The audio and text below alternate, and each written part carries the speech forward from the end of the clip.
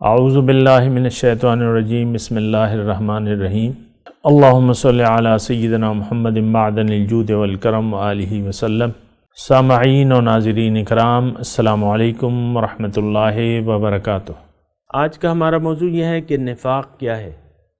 نفاق دیکھیں، میں آپ کو گزشتہ نشست سے میں نے یہ بات چیت شروع کی تھی، کسی نے نہیں سنی ہے تو وہ اس کو بھی سن لے۔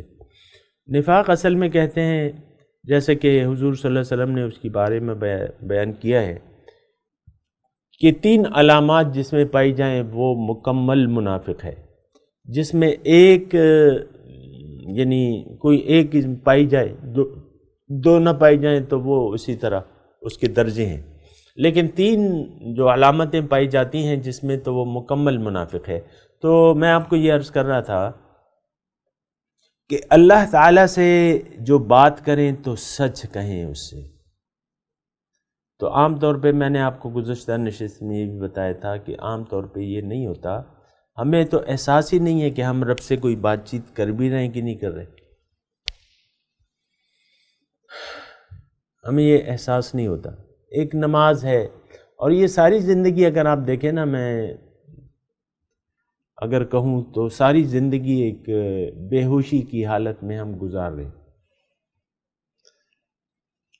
جب مثال کے طور پہ بعض بچے جو ہیں نیند میں چلنا جو ہے، آپ کو معلوم ہے نا، نیند میں چلتے ہیں، بچے ہوں بڑے ہوں، بہرحال یہ ایک بیماری ہے۔ اب وہ نیند میں چلنے والا بچہ، اس کو یہ نہیں پتہ ہوتا، یا بڑا یا بچہ، کہ میں کہاں جا رہا ہوں، میں کہاں اٹھ گیا ہوں، اور میں کیا کر رہا ہوں۔ اس کو کچھ پتہ ہوتا ہے؟ آنکھیں کھلی ہوتی ہیں، آنکھیں کھلی ہوتی ہیں،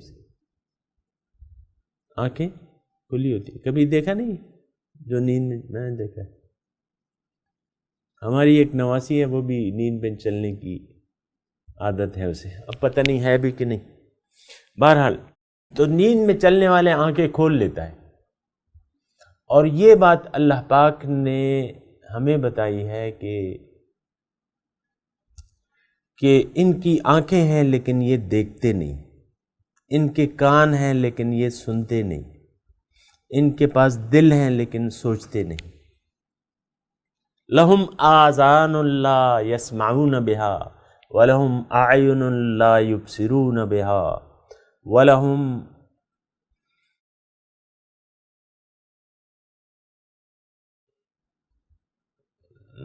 وہ ہے کوئی، ان کے پاس دل ہے لیکن سوچتے نہیں۔ اولئک کل انعام، اللہ تعالیٰ کہتا ہے کہ جو ایسا ہے تو اس کی مثال جانوروں کی سی ہے۔ جانور بل ہم اضل، بلکہ جانوروں سے بھی بدتر ہیں ایسے لوگ جو آنکھیں ہوتے ہوئے دیکھ نہیں پا رہے حق کو، کان سنتے ہوئے حق کی بات سننے کے لیے تیار نہیں ہے، سنتے لیتے ہیں لیکن 2 کان ہیں نا۔ کتنے کان ہیں؟ 2 کان، ایک سے سنتے ہیں، دوسرے سے نکال دیتے ہیں۔ ہمارے مرشد جو ہے وہ ہمیں اکثر کہتے تھے کہ میں تو تمہیں بہت باتیں کہتا ہوں لیکن تم جب اٹھتے ہو تو جھولی جھاڑ کے اٹھتے ہو۔ تو بات یہ ہے کہ یہ ایسی ہے زندگی ہماری۔ اصل میں کیا ہے بات؟ اصل میں یہ ہے کہ ہمارا رخ ظاہر کی طرف ہو گیا ہے۔ ظاہر ہماری نظر میں اصل ہے، تو جب ظاہر کو آپ نے اصل قرار دے دیا اور ظاہر پر یقین کر لیا تو باطن خود بخود آپ کی نظروں میں پھر نہیں آئے گا، آپ اس کے متعلق نہ تو سوچیں گے نہ سمجھنے کے لیے تیار ہوں گے۔ کیوں؟ اب مثال کے طور پہ میں آپ کو بتاؤں چھوٹی سی مثال، کہ 2 لوگ، آپ بھوکے ہیں، 2 لوگ آپ کے سامنے سینی میں کھانا لے کے آ جاتے ہیں۔ ایک میں جو ہے مثال کے طور پہ عرض کروں، ایک میں جو ہے دال روٹی ہے، اور دوسرے میں چکن بریانی ہے اور نہاری ہے اور کسٹرڈ ہے اور کھیر ہے اور پھل فروٹ وغیرہ رکھے ہوئے، تو کون سی ڈش آپ لے لیں گے؟ دونوں آپ کے سامنے کرتے ہیں، تو ظاہر ہے کہ جو اچھی چیز آپ کو نظر آتی ہے وہی آپ لے لیں گے۔ اصل میں دین میں ہمیں کچھ نظر نہیں آتا، اسلام میں ہمیں کچھ نظر نہیں آتا، اس کو ہم اسلام کو قبول کرنے کے لیے کامل طریقے سے تیاری نہیں ہوتے۔ ظاہر میں ہمیں بہت کچھ نظر آتا ہے۔ سب سے پہلے اپنی ذات ہے، ظاہر جسم، اس کی فکر ہوتی ہے کہ یہ کیا ہوگا اور یہ کیا ہوگا، یہ میں کتنی ڈگریاں لوں گا اور کیا ہوگا، میری ظاہر کا کیا ہوگا۔ تو ظاہر کے بارے میں انسان قبر تک ظاہری کے بارے میں سوچتا چلا جاتا ہے، اور جو دین ہے یہ قبول کرنے کے لیے تیار نہیں ہوتا۔ تو یہ میں نے آپ کو بنیادی وجہ بتائی کہ کیوں آخر ایسا ہے کہ ہم اللہ تعالیٰ کو ہم نے بھلا دیا ہے۔ یہ اصل میں جو میں بات کر رہا ہوں کہ اللہ تعالیٰ کو بھلا دیا ہے، تو حقیقت میں ہے ہی ایسا۔ اپنے آپ کو اللہ تعالیٰ کو بھلا دینے کا نتیجہ یہ ہوتا ہے کہ ہم اپنے آپ کو بھول جاتے ہیں۔ آج ہم سے اپنا آپ بھولا ہوا ہے، اپنی حقیقت سے ہم غافل ہیں۔ ظاہر ہماری نظر میں اصل ہے اور ظاہر تک ہم محدود رہنا چاہتے ہیں، ورنہ یہ نہیں کہ تعلیمات موجود نہیں ہیں، یہ نہیں کہ اچھے لوگ موجود نہیں ہیں، یا قرآن نہیں ہے ہمارے درمیان معاذ اللہ، یا حدیث نہیں ہے، یا اللہ والے لوگ نہیں ہیں، لیکن ان سے ہم برائے نام ان تمام چیزوں سے، قرآن، رسول، اس کی حدیث، اہل اللہ، ان سے ہم ایک برائے نام تعلق رکھنا چاہتے ہیں۔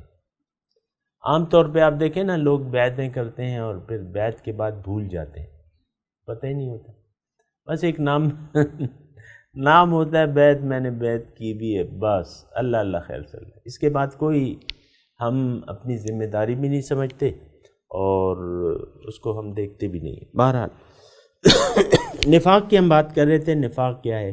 نفاق یہ ہے کہ آپ اللہ تعالیٰ سے اگر سچ نہیں بول رہے، اللہ سے کیے ہوئے وعدے کو پورا نہیں کر رہے، اللہ تعالیٰ کی امانت کو ضائع کر رہے ہیں، تو یہ منافق ہے پکا، یہ شخص منافق ہے پکا، جو اللہ تعالیٰ سے جھوٹ بول رہا ہے، جو اللہ تعالیٰ سے وعدہ خلافی کر رہا ہے، جو اللہ تعالیٰ کی امانت کو ضائع کر رہا ہے۔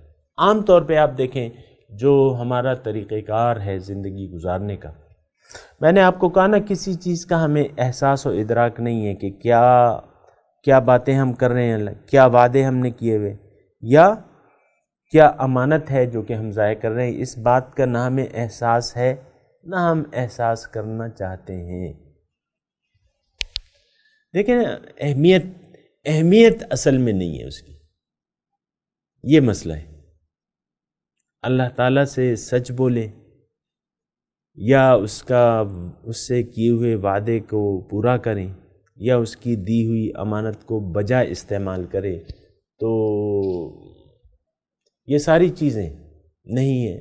لیکن بات یہ ہے کہ دیکھیں اللہ تعالیٰ نے ہمیں یہ جسم جو دیا ہے، یہ جو زندگی دی ہے، اس کے یہ ہم اچھی گزاریں یا بری گزاریں، لیکن اس کے اچھے یا برے نتائج ہمیں خود بھگتنا ہوں گے۔ کوئی کسی کی قبر میں نہیں لیٹے گا۔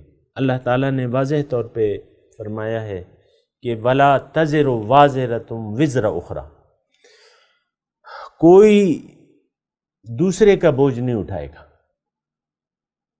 سب لوگ اپنا اپنا بوجھ اٹھا رہے ہیں۔ ہمارے پاس یعنی ایک کتاب ہے اللہ تعالیٰ نے، اگرچہ ہمیں یقین نہیں ہے، لیکن ایک کتاب ہے اور ہماری لکھی جا رہی ہے۔ دو فرشتے ہمارے کندھوں پر موجود ہیں، ایک اچھائیاں لکھ رہا ہے، ایک برائیاں لکھ رہا ہے، اور یہ کتاب لکھی جا رہی ہے۔ قیامت کے دن کیا ہوگا؟ قرآن میں اللہ تعالیٰ بیان فرما رہا ہے کہ وَكُلَّ إِنسَانٍ أَلْزَمْنَاهُ طَائِرَهُ فِي عُنُقِهِ وَنُخْرِجُ لَهُ يَوْمَ الْقِيَامَةِ كِتَابًا يَلْقَاهُ مَنْشُورًا اقْرَأْ كِتَابَكَ كَفَى بِنَفْسِكَ الْيَوْمَ عَلَيْكَ حَسِيبًا۔ اس کے بارے میں اگلی نشست میں وضاحت کروں گا۔ وآخر دعوانا ان الحمد للہ رب العالمین۔ مولاي صل وسلم دائما ابدا على حبيبك خير الخلق كلهم